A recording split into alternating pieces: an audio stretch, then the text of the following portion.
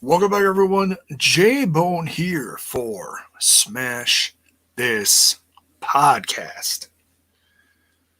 Coming at you on a Thursday evening.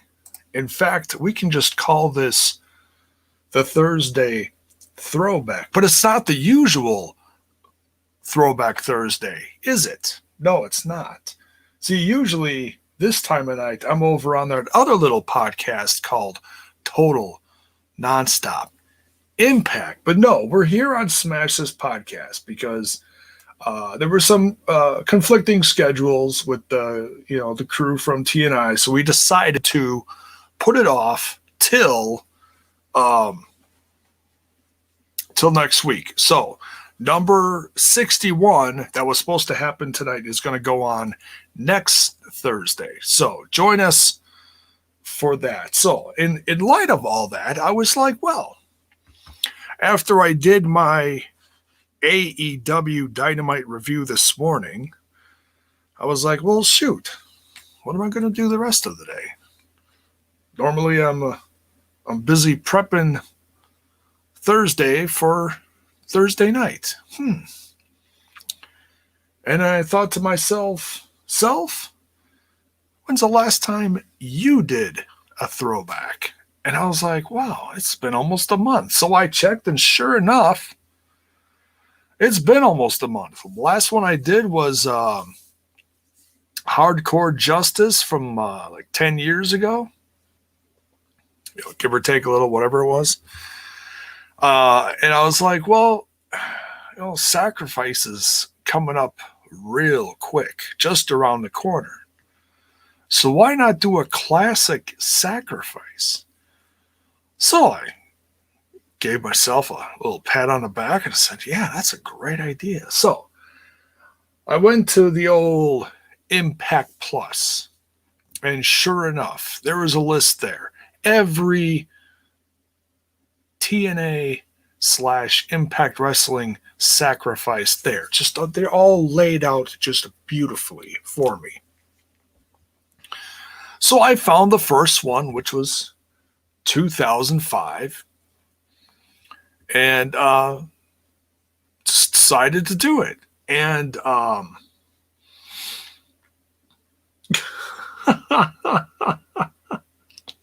so, Zach Bonifer pulling a Trent in the chat saying, oh, where were you in 2005? I don't know.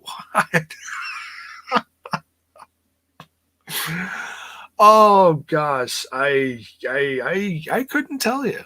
In fact, actually, you know what? I think 2005 I was starting to work Walmart. That's about what the time that I started Walmart. And I was just we're not going to get into that.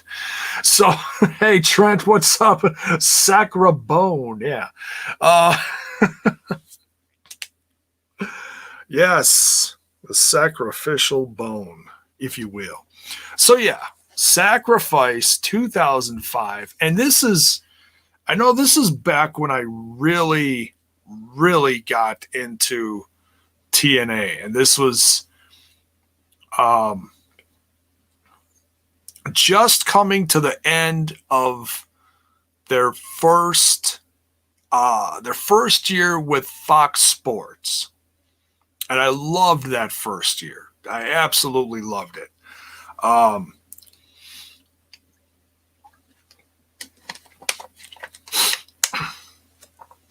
We got Zach with the jokes here. You watched this today? That must have taken longer than Trent's marriage. Oh, Zach, you're just ruthless on here, aren't you? My God. Just ruthless. I'm sorry. I'm sorry, Trent. He's just already out of control. He's just bonkers already. So Sacrifice 2005. Let's see, this is August 14th. You know what? I started in August. So yes, this is exactly when I started that brand new job, and I worked there for about between 5 and 6 years, something like that. That gets a little blurry.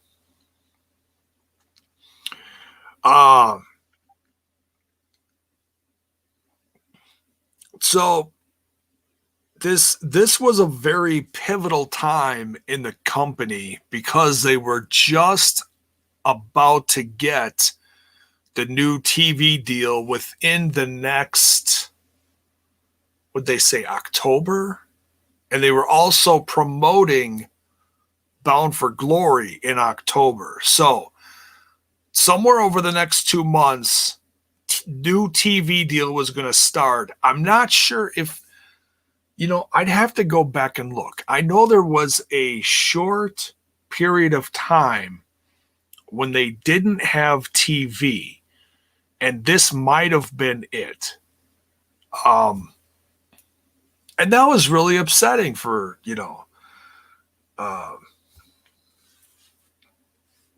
for TNA fans. I remember that when they lost their deal and they were without a TV deal for a while.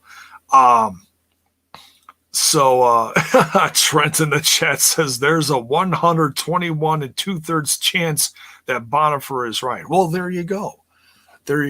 So you guys, cracks me up. So yeah, this was and I love the fact that Raven was champ here. And I want to go back at some point, like not immediately, but at some point and watch the rest of his run because I was really happy that he was finally champ. I mean, I'm having a blast watching the classic pay-per-view episodes, as we're going through them. And we say this all the time. We're in the early 60s and we're about to do 61. We say this we say this almost every week. And that Raven should have been champ in 2003 going into 2004. Trent says it was on their website during that down period. Oh, that's interesting. You know what? I don't even think we had the internet. I don't think we even had that. Hell, I didn't even have my own cell phone back then. I had a few year period towards the end, like the latter years of my first marriage. And then when I got out on my own, that I was like really almost in the dark ages, I feel like, dark ages bone, if you will. Yeah. So yeah, I barely had the internet. Like everything I watched was like just fresh on TV. I wasn't into rumors and all that stuff, all the interwebs, if you will, the dirt sheets. I just didn't do it. So this was a very, for lack of better words, this was a very pure time for me watching wrestling. So,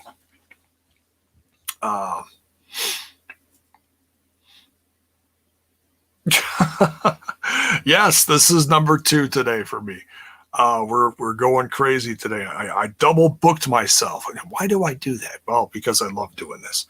All right, so couple things here, or just one extra thing here, I should say. This is from August 14th, 2005, TNA Sacrifice on the Throwback series.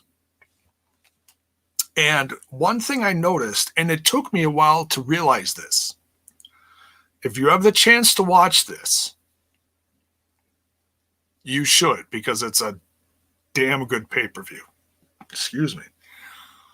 If you watch from the main hard camera view, where it's always just always, watching dead center of the ring, all the action, and then of course there's the other side, the side, the cameras at the side of the ring, but no, the hard camera view, if you look in the back of the floor section, right behind the ring, before you get into that first balcony section there, or the bleacher section, if you will, in the back, you'll notice a very familiar head of hair. And no, I'm not I'm not talking about my own head of hair because I didn't have any hair then. You'll notice a very familiar head of hair, and the head of hair that I'm talking about is one very young. He's like, I looked at Wikipedia just to see what his age was around here, and he's like 18, 19 years old. And this is pre his TNA days. A very young Consequences Creed is in the back of the floor section. Crazy.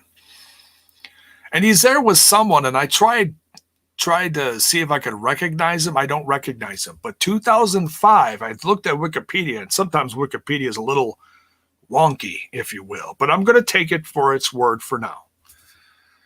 2005 is when Consequences Creed, a.k.a. Xavier Woods, started his professional wrestling journey. Is when he started his training. And he trained for a couple of years, and then 2007 is when he joined TNA. So, very interesting to see him in the crowd and jumping up and down, and I root for him now as being a part of the New Day. He's been part of the New Day for years, but I was first a fan of his when he was Consequences Creed. So, what do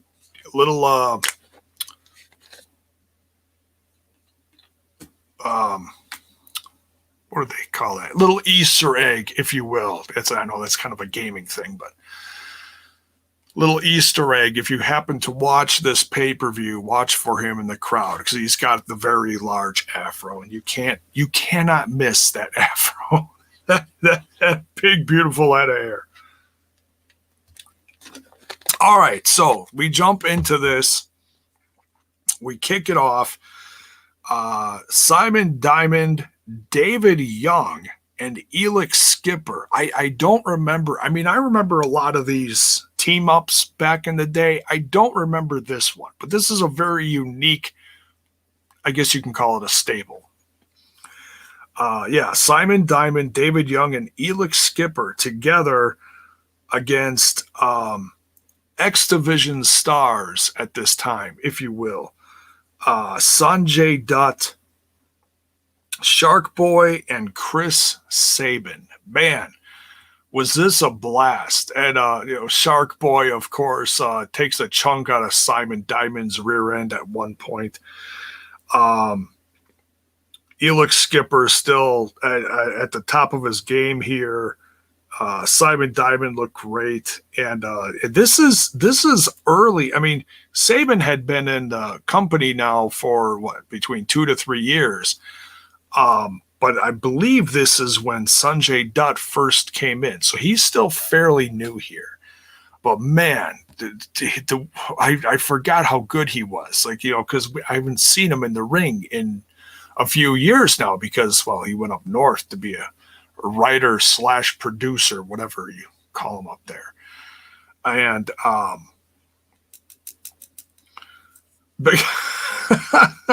Zach Bonifer says, bigger than Trent's disco fro? Yes, bigger, absolutely bigger. Just massive. Like I said, you can't miss it. But the team of Sonjay Dutt, Shark Boy, and Chris Sabin do get the win here. Great action-packed first match. Next, we've got the announcement from Tenay, and he calls him DW. I was like, DW? Oh, Don West. I'm like, it took me a second. I've never heard him. I never heard him call him DW before. Maybe he calls him DW in the shows that we're doing over on TNI, and I just haven't noticed it. But it was just sounded weird coming out of his mouth. We get the announcement that in October, that TNA is going to Spike TV. So yeah, like Trent said in the chat, this must have been around the time that they were just featuring the episodes on their website in the early days of the interwebs. And that the stipulation for tonight's main event was put together from the championship. What the hell did they call that? The head offices, whatever they called them. The championship committee. That's what they call it. It's like, no other company called them, the head guys, the championship committee. It's so unique. It's crazy.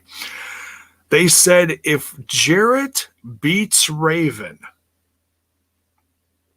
later that night in the main event as part of this tag team match, then he will get a title shot at Raven's NWA title. So, and they keep bringing that up throughout the show here and there, just to remind you.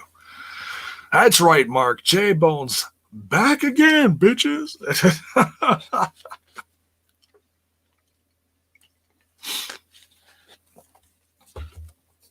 No, Paul. No throwback on TNI. So I'm doing one of my own. I'm holding down the throwback tonight for everyone. So RK with the sub. Thank you, brother. Much love. Appreciate it. Yeah, so if you are watching on Twitch, just a reminder, you can share bits, you can sub, you can gift subs, you can do all that stuff. And of course, if you're watching on the good old YouTube, you smash that like button and smash that sub button and ring that bell for notifications.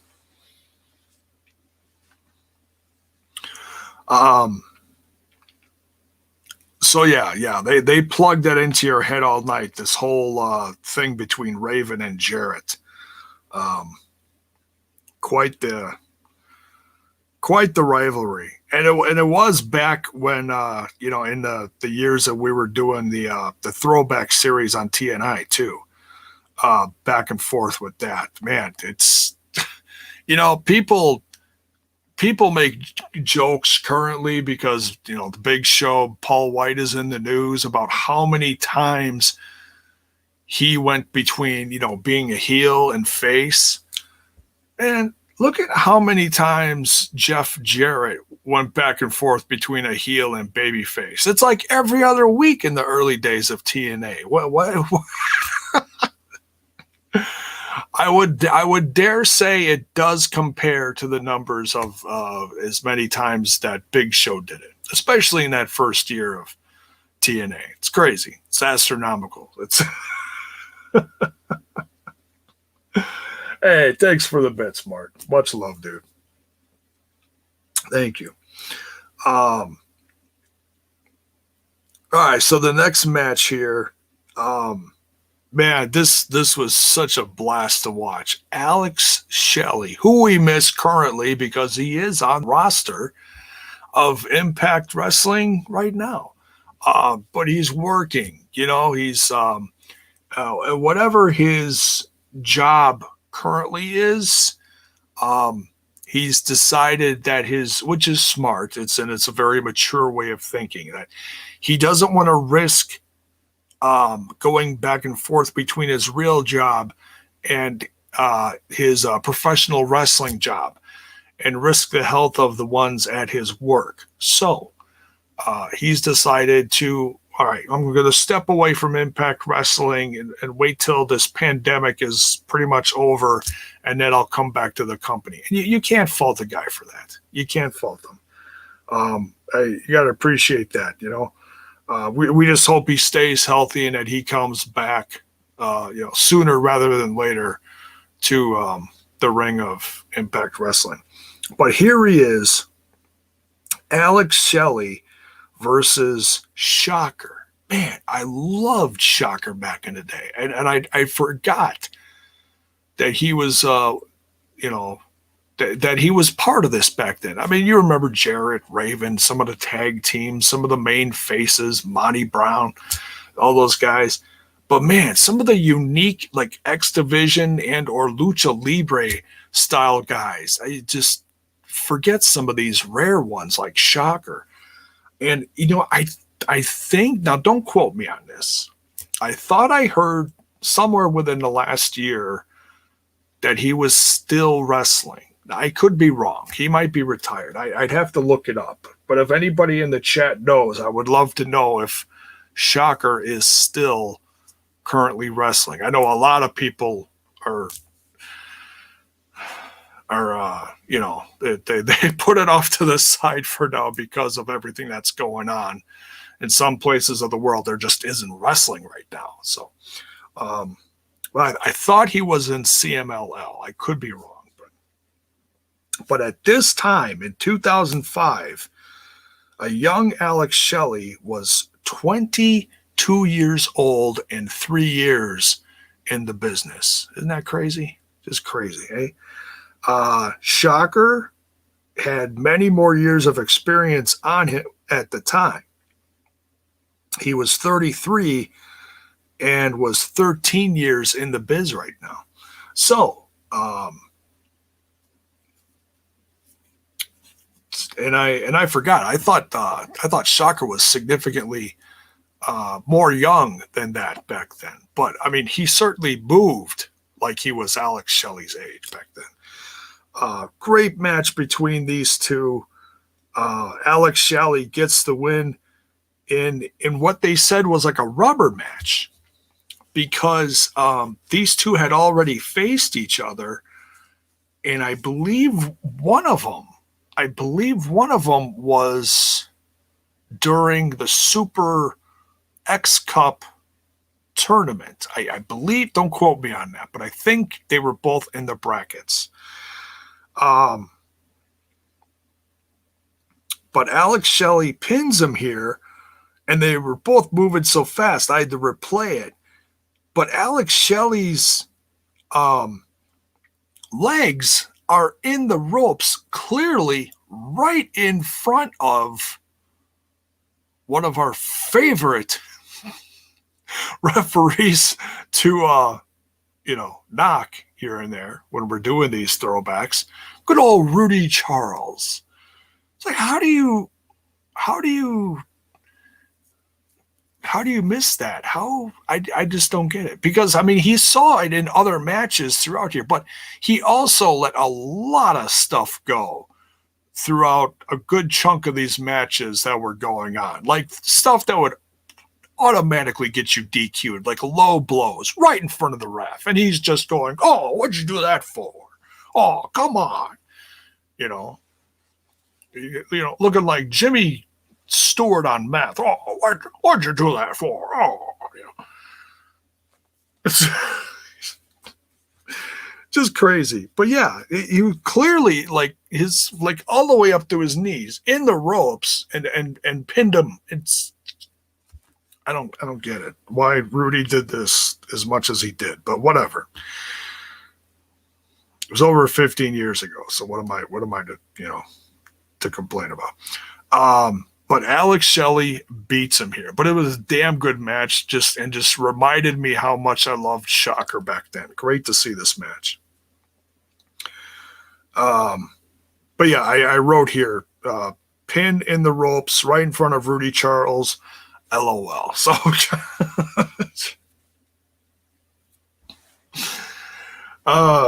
yeah. So next we've got the Monster of Biss with James Mitchell at this time against another monster that was in monster size guy. Not really a monster. I mean, he was quite the baby face. But this is when he really started to gain some popularity, I believe, because when he first came in, his name was Dallas, and he was said he was the cousin of Kid Cash. I'm not sure if that was true or not, but that's what they said back then. It's another thing to look up. But Lance Hoyt versus Abyss here. Two big guys just just clobbering the crap out of each other. But the athleticism of Lance at this time. I mean, Abyss did some crazy things that would just make other people just cringe and be like, no, I'm never doing that to myself or anyone else in the ring. I mean, the stuff he put his body through, just devastating at times. But Lance Hoyt, back in 2005, folks, set up a chair on the other side of the ring while Abyss was down, went to the other side of the ring, got up on the top rope and springboarded across and did a coast to coast, a la Shane O'Mac or RVD, if you will. Couldn't believe it. I was like, oh my God, what is he doing? And I'm looking at him and I'm like, oh, he's not going to make it. He did. Sure as shit. Springboarded across, coast to coast. Unfreaking believable. The athleticism of Lance Hoyt back then. Now Lance Archer, for those of you who don't know. But man, crazy. But Abyss does get the win here and beats him with a black hole slam. But man, this match was great with two big guys just clobbering each other. The next match, I remember the rivalry more than the match, but I know there was a time, and they did a little review video, the stuff leading up to this, and I'm glad they did that because I remembered how everyone was either team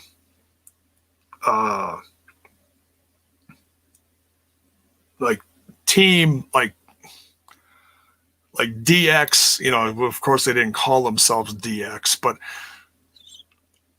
I, as a fan, loved the fact that Kip James, aka Billy Gunn, was in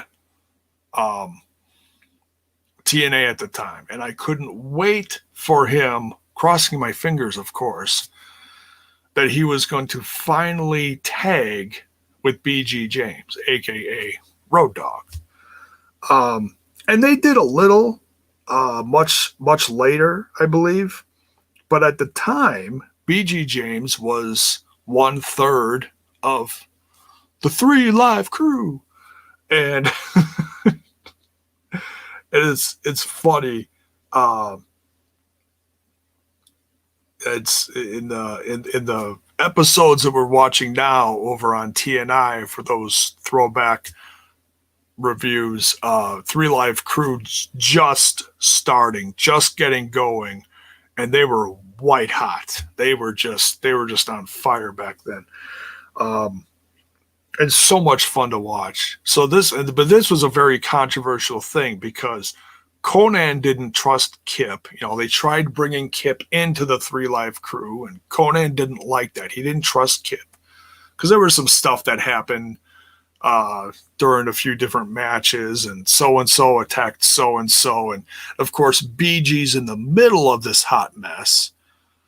Like he's he's playing like the victim. Like, what am I supposed to do? I like this crew, but this guy's my brother, and so in this match, the special ref is BG James. Oh, he's also the ref because apparently in a bunch of other matches, the refs got the shit kicked out of them. And they basically said, we refuse to be the ref in this match because it's becoming a dangerous work environment, which is hilarious. So, one of the championship committee guys at the time, one Larry Zbyszko, I believe it was, gives a shirt, the ref shirt, to BG James, like, oh, guess what? You're the ref. And he's like, oh, no, now what am I supposed to do? So all this drama, all this big drama. It's hilarious. So you got Kip James and Monty Brown. Now, I'm not sure how these two got pieced together, but all of a sudden they're together. So I'd have to go back and watch a few episodes to learn that. But nonetheless, Kip James and Monty Brown versus Konnan and Ron Killings. Very dramatic back and forth match because BG James is trying his best to keep stuff going in the ring proper, because it starts out with a brawl. BG just has zero control. So finally they get it to the point where it's an actual tag match, one in the ring, one on the outside, instead of two just all over the place, Texas tornado style. So BG finally gets control of this match. And, but he's trying to keep Konnan at bay. And while he's telling Konnan, no, you got to stay in your corner, one in, one out. And while he's doing that, our truth over here is getting double teamed constantly. And that's how it is throughout the whole match. And it's just crazy. And then some mishap happens. I forget exactly what it was, but Kip James ends up somehow getting physical with BG James. BG James just starts clobbering the shit out of him. And then Konnan puts some kind of finisher move on him and then pins him. And BG James counts the 1, 2, 3. And there he proves his loyalty to 3 Live Crew. So it's like, well, how is that fair? Well, whatever. It's wrestling. Don't overthink it. But it's goofy, and it was just a lot of fun. So, and I know, like I said, years down the road, I know Kip and BG end up becoming what the hell did they call themselves? VKM. And they were doing all sorts of controversial things against the WWF or E at that time. And then they ended up leaving TNA, cleaning up, and going back to the WWE. So it led a very crazy, yes, Voodoo Kin Mafia, which I really, I laughed. Voodoo Kin Mafia. VKM. Oh, Vincent Kennedy McMahon. Yeah, whatever. But anyways, fun match. And like I said, BG James ends up showing his loyalty to his boys then, and his boys, Konnan and Ron Killings. The 3 Live Crew is all 3-1 once again. Next, we've got a non-title match. Christopher Daniels, and I thought he was defending it, but no, they said it was a non-title match. But of course, he brings the title to the ring, shows it off. Christopher Daniels is the X Division champion at this time, and he goes. He has a match against a debuting Austin Aries. Now they said he was booked from St. Paul, Minnesota or something, but we all know he's from Milwaukee, Wisconsin. By way of, I don't know where he lives now. Florida, Arizona. I have no clue where he lives now. But anyways. So, but yeah, from my recollection, this is about the time I became a Austin Aries fan, and I wasn't watching Ring of Honor. I had no clue what that was back then. I don't even know. I don't think they were on TV. I think they had pay-per-views, but I don't. And if they were on TV, I think it was like locally, I'm guessing, or, somewhere on the East Coast. I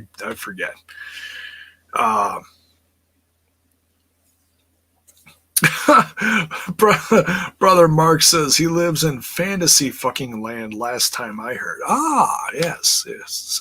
Some people do that, don't they? Uh, Swag fan, what is up? He says he liked the Three Live Crew, but he always preferred Ron Killings uh, to be by himself as he was before. I hear you. I hear you. You know, as he was NWA champ and whatnot. Yes, I hear you.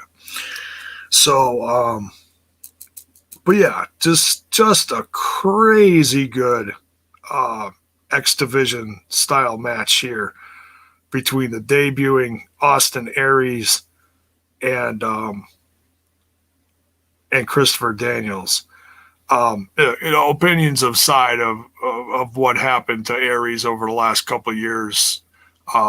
Damn, this is fun. Please go watch this match. He was so good back then, and people just barely knew who he was.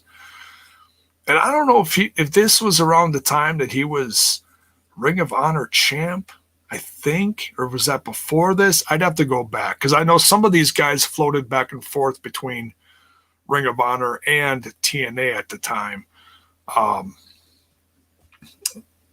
So yeah, I'd have to go look that up and see when he did what. But yeah, great match here. Christopher Daniels beats Austin Aries with the Angel Wings, which I forgot how sick that move is. So good. Now, next here,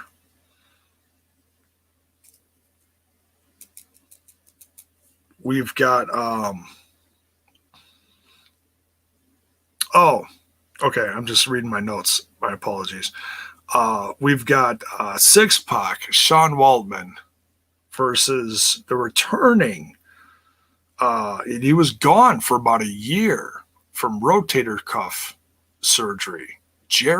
Lynn, two pioneers of the X Division facing off. And man, this was I'd call this the best match of the night. This is one of the best matches that I've seen Sean Waltman in. And he was a lot of fun to watch in the very early days of NWA TNA. But there were times when you could tell he was way just gone. Like I think it was the anniversary show that we reviewed a few months ago.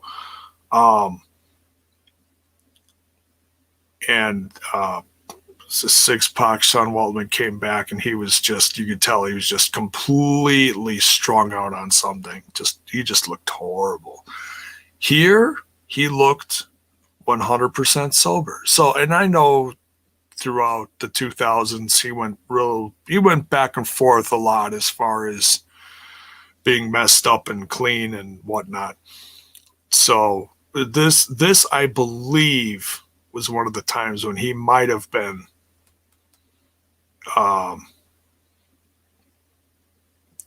cleaner than usual. He didn't look like he was completely bombed. So, but then again, who knows?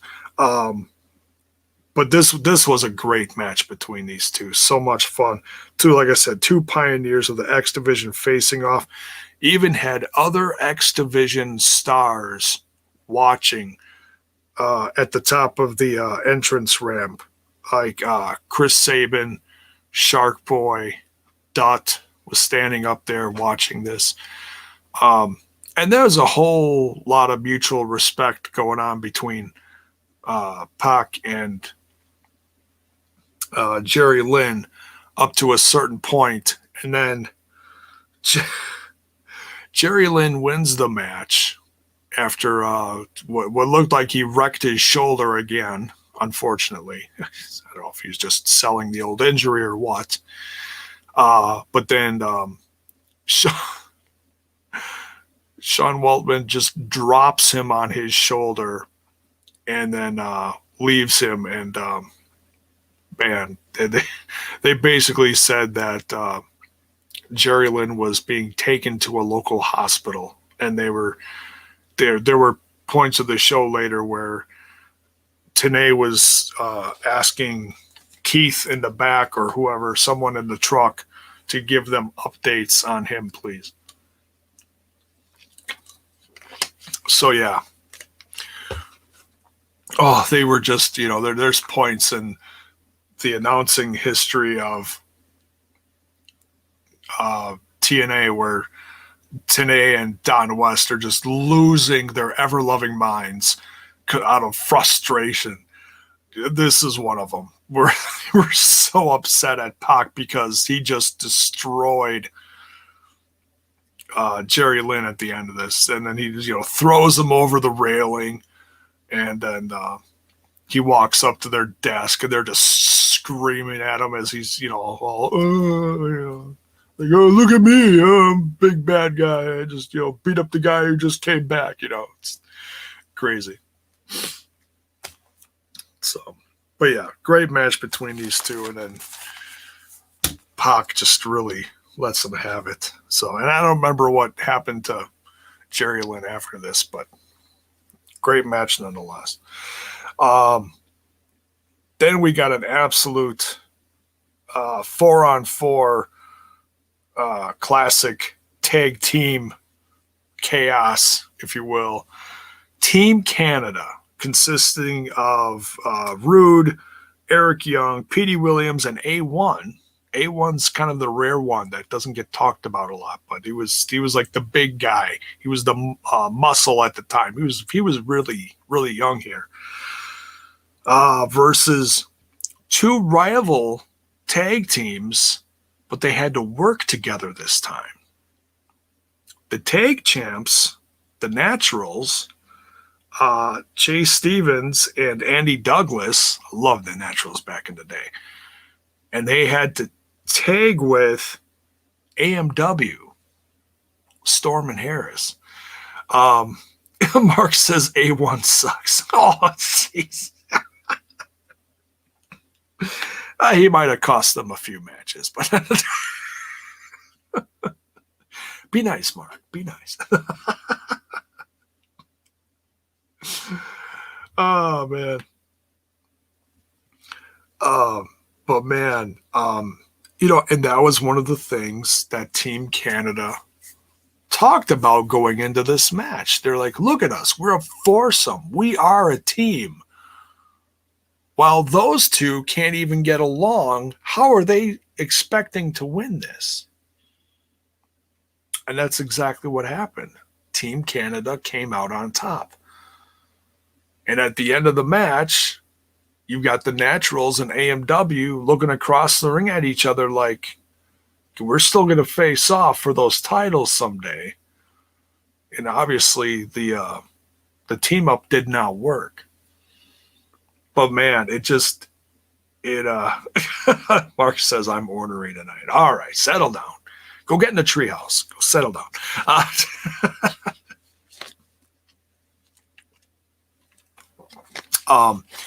It just reminded me how much I loved the tag division of TNA back then. You had AMW, you had the Naturals, you had Team Canada, you had the 3 Live Crew, and then I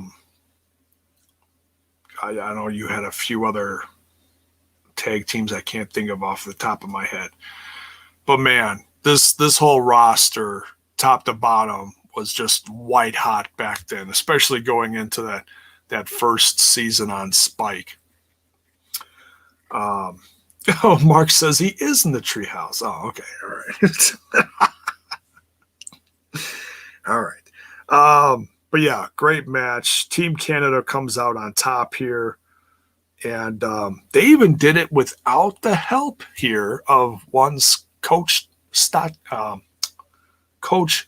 D'Amour. He was out. I don't remember why he was out at the time, but he wasn't there with them. But they pulled it together and they won one for the coach. Next one is the finals of the Super X Cup. This, actually, no, you know what? I take it back what I said about Sean Waltman versus Jerrelle. And I, pardon my senility, forgot that this was later on in the card. But as I was watching this at the time, Pac versus Lynn was my favorite going through this until here. The finals of the Super X Cup. And they showed the brackets, who beat who. And it makes me want to go back and watch all of these matches now. Because you know the X division at this time is just absolutely on fire.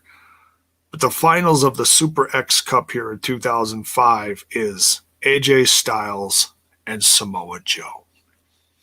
And these two just absolutely whipped the shit out of each other in grand fashion. That this is when I'd say this, in my opinion, this is when both Styles and Samoa Joe were absolutely at their peak in their career. Samoa Joe was borderline unstoppable, and AJ Styles had pretty much perfected everything that he was learning to do a couple years prior. Now, he was still damn good, and he was world champ at the time that we're watching the throwbacks over on TNI. But there's something different about him here. When he's facing off with Samoa Joe, oh my God. Just ridiculously good. I'd say it's one of the best X Division matches in this brand that I'd ever seen. Look, watching this one tonight. So good. Samoa Joe ends up beating him here with a rear naked choke. Styles actually, he's reaching desperately for the rope, doesn't make it. He ends up tapping out here. So Samoa Joe wins the Super X Cup, and he gets this big ass, like 3 foot tall trophy. It's a big ass, like 3 foot, 4 foot tall trophy. Like multi-level, you know, with the pillars and the everything. Great looking trophy. And so then that means that he gets a shot somewhere down the road at Christopher Daniels, which I'm guessing that was going to end up being the Bound for Glory match then. I'd have to find out, but my nephew Paul Nelson, what's up, man? Says, I need Joe back in the ring. Yeah, he's taking his sweet time coming back to in-ring action. He's calling commentary on is it the Raw brand right now, I believe? I believe it's the Raw brand.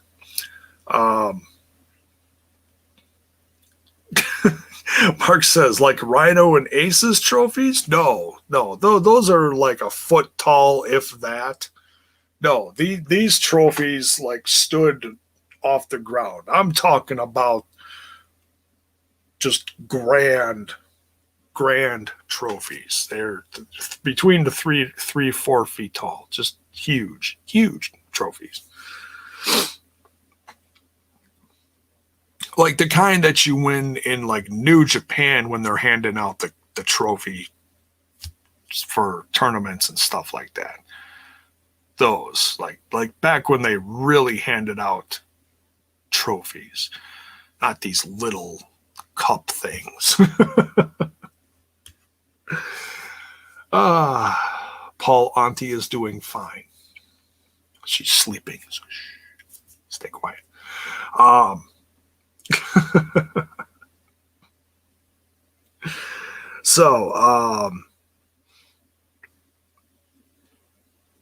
But yeah, just an amazing match.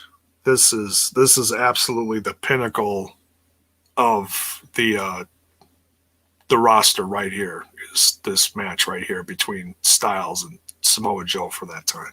Crazy good. Last, but certainly not least, we got the main event. And I mentioned the stipulation that was given at the top of the card. If Jarrett pins Raven, he gets a shot at his NWA title. But if Raven pins Jarrett, then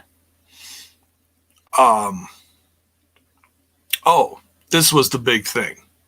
Then if Jarrett gets pinned, then he doesn't get a shot at the NWA title for another calendar year, for another 365 days. That's what it was. I don't think I mentioned that earlier.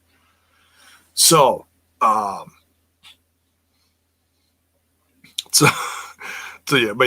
Jarrett was going nuts throughout the whole show and trying to get people on his side because he was talking about some possible let goes coming up, some possible firings, because going into television, the whole company is going to change and blah, blah, blah, blah, blah. So he's trying to get people behind him.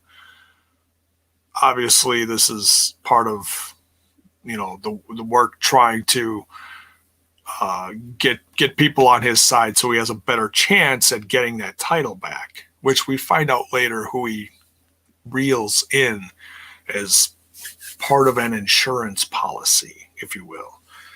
But for this match, his immediate insurance policy is one Rhino. So we've got Rhino and Jeff Jarrett versus NWA champion Raven and the homicidal, genocidal, sometimes suicidal, Sabu. And man, this was a lot of fun. I mean, as far as like wrestling, the last match was great, but this was fun on another level just because of all the chaos. Rudy Charles was he was ref in this one, and just it was pretty much just he just let everything go at the time. It was crazy. And at one point he gets gored by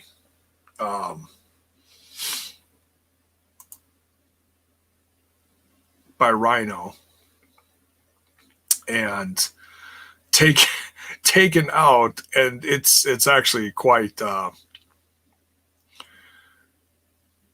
it's comical because how he lands is he's all like bent in half upside down. It really is crazy comical. And so yeah, the action in here was crazy. At one point towards the end, Abyss comes down and attacks Sabu, gets in the ring, picks him up and drops him from in the ring through a table to the outside. And usually when you like fall through a table, you fall through it a certain way so that it collapses around you and it kind of breaks your fall in a sense. You know what I mean? But Sabu fell on it the long way. So when he fell on it, it just completely exploded as he fell through it. It's one of the ugliest table drops I've ever seen before ever. I was like, oh my God, that was just ugly as shit. You wonder why this guy is just completely broken. My God. But he was still going at this point. Still going. It's ridiculous. And then to counter the run-in from Abyss, there's no ref here at this point. Jeff Hardy, who was teased earlier in the show what did they say about Jeff Hardy? They said Jeff Hardy missed a show, and if he didn't show up for this one, he was his suspension was going to be over, and he was just going to be fired. And so Jeff Hardy runs in, attacks Abyss, clears him out of the ring, and then ends up hitting his swanton bomb on Jeff Jarrett, and then runs out and runs up the ramp. But oh my God, the place just, like, all the women like instantly became pregnant. Like when he was in the ring, they just, it's like every single woman in the house screamed at the top of their lungs and gave birth at once. It was crazy. Yeah,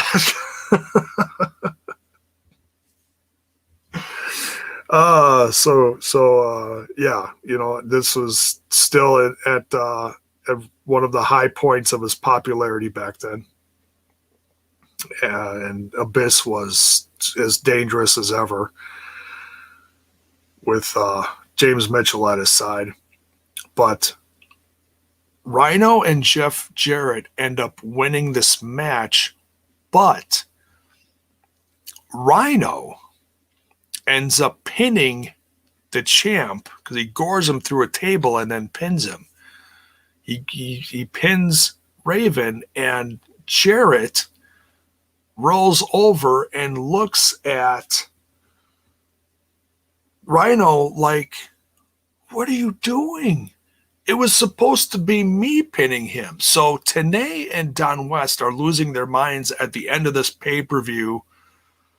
Like, what happens now? Nobody knew what the immediate answer was as far as what happened with Jarrett. Did Jarrett get his shot because Rhino pinned Raven?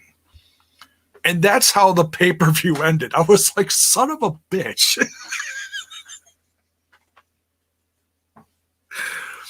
I'm like, really? Now I gotta like watch the next episode to find out what the hell happened. So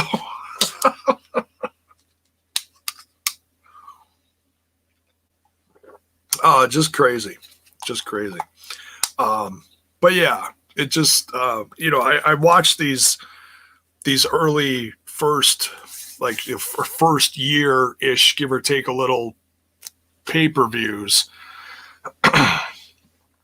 And it just reminds me, why I love this brand as much as I did back then, because I was really into gaming back then, and I watched these episodes on a regular basis on, like, was it Saturdays or whenever their time slots were just wonky all over the place. It was crazy.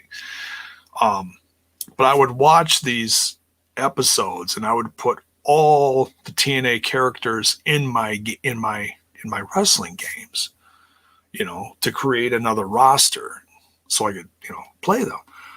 There was no TNA wrestling game at this time. Kurt Angle wasn't even in the game yet. So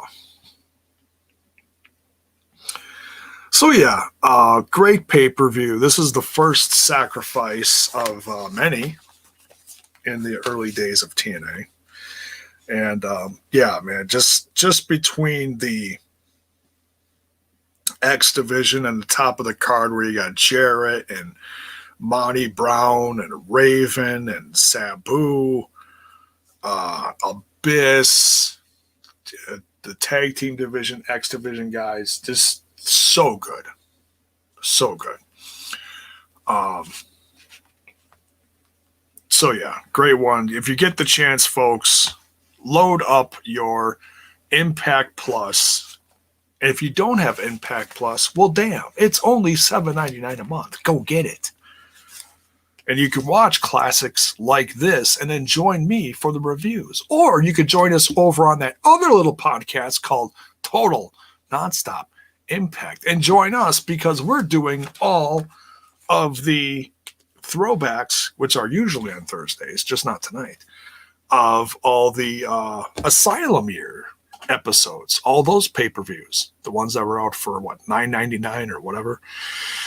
way back in the day. We're coming up on, what is it? 61. 61 was supposed to be this week. We're doing it next week because of conflicting schedules. So join us for that. And I saw someone in the chat ask about what time tomorrow. Tomorrow, I believe Mark and I are going to do predictions for Saturday's Sacrifice at 1 p.m. Central, 2 p.m. Eastern.